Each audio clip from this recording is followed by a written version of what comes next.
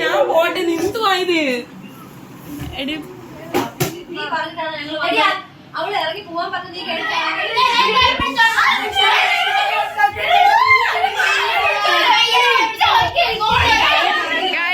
ഇതൊരു പ്രാങ്ക് ആയിരുന്നു.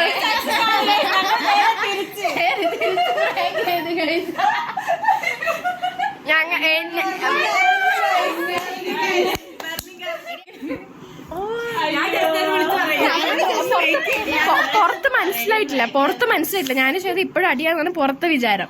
അപ്പൊ നമുക്ക് അതും കൂടെ ഒന്ന്